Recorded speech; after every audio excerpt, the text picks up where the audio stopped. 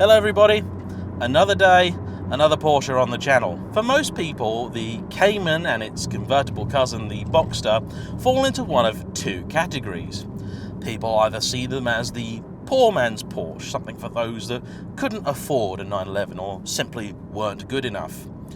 Or you can see them as a bit of a bargain and in many ways a little bit better than Porsche's famous flagship. Myself, I fall into the latter category. Now I've actually got a particular soft spot for the 987 generation Cayman. That's the first generation car that came before this. This one is a 2013 981. The 981 is significant in Porsche history for one very odd reason: its doors. This was the first time that a Cayman and Boxster did not share its doors with the 911, and it gave the designers quite a bit more freedom. Now truthfully, I actually much prefer the looks of the older 987. It's got quite a bit of character about it, and to me it looks markedly different from the Boxster of the same period. It's a cute, cool looking thing. I've driven a few and I do like them, but they aren't without their faults. Early ones in particular have a number of engine issues, and the later ones are improved, but they are of course quite a bit more expensive. Now if you're willing to spend just a little bit more money, you could pick up something like this early 981. 2013 is the first year the 981 was on sale, so if you are looking in the classifieds, be wary, because if you type in 2013, you're going to find a mixture of late registered 87s and early 81s. This one's got a pretty tasty spec. It's the S. It has the PDK gearbox, and for a driver's car you'd probably want the 6-speed manual. The 911 of this period, like I drove the other day, got a 7-speed, and it was generally agreed that that wasn't actually quite as good as the 6 that the Cayman and Boxster got to keep. This car also has one option that 991 I drove was sorely lacking: the sports exhaust. As soon as we get out of town, we'll put that to good use. It has sports mode, although no adaptive dampers, and it's generally short on anything unnecessary. It's got nice red seatbelts, which really do help lift the cabin, and this Guards Red paintwork is stunning. It's a good looking car for sure. As is tradition with Porsche, the proceedings are dominated by this huge rev counter in the middle, which reads up to more or less 8,000. Unfortunately, in this era of PDK, Porsche still insist on putting the gearbox the wrong way around, but I think they did correct that for later models. The paddle has a fairly long throw and isn't particularly precise, but the gearbox does exactly what you tell it to. Put the car in sports mode, the sports exhaust is engaged instantly, and it sounds delicious. Not over the top.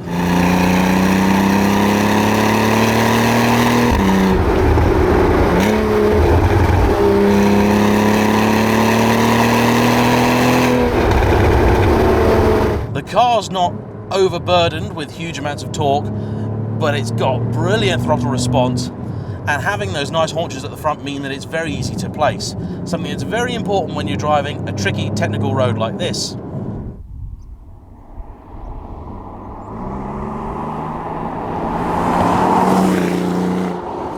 The car's fairly well damped. If you're used to sort of more modern things with super stiff suspension, there's actually quite a bit of travel in it, and it's not punishingly hard at all. Gearbox is actually really good. As is also traditional with these cars, the gears are pretty long, so for a road like this you're going to spend quite a bit of time in second and third if you want to make serious progress. Now the upside to that is that when you want to cruise, it can do so at very low RPM and therefore return almost sensible fuel economy.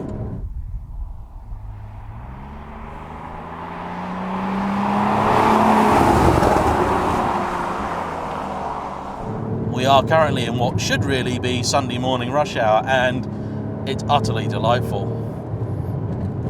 This is a car that you can get into a rhythm with very quickly indeed.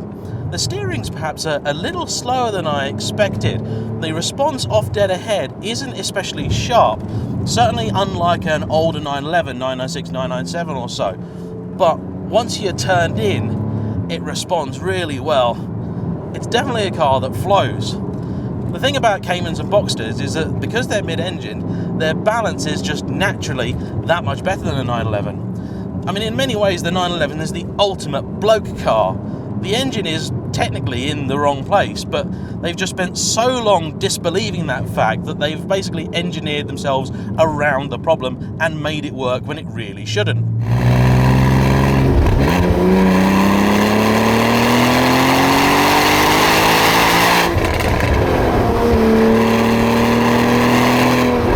It's just a shame that it is so long geared, because it means you just can't enjoy that gorgeous sound quite as often as you might like.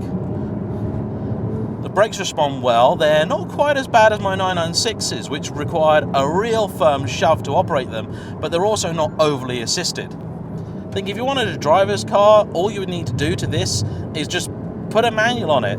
If bashing down one of these roads is something you're going to do on a regular basis, I'd probably consider some sort of suspension upgrade just to tighten it up just a little bit. I wouldn't go crazy, because otherwise you would ruin the car's manners for everything else. But as it is, it's perhaps just a touch on the soft side.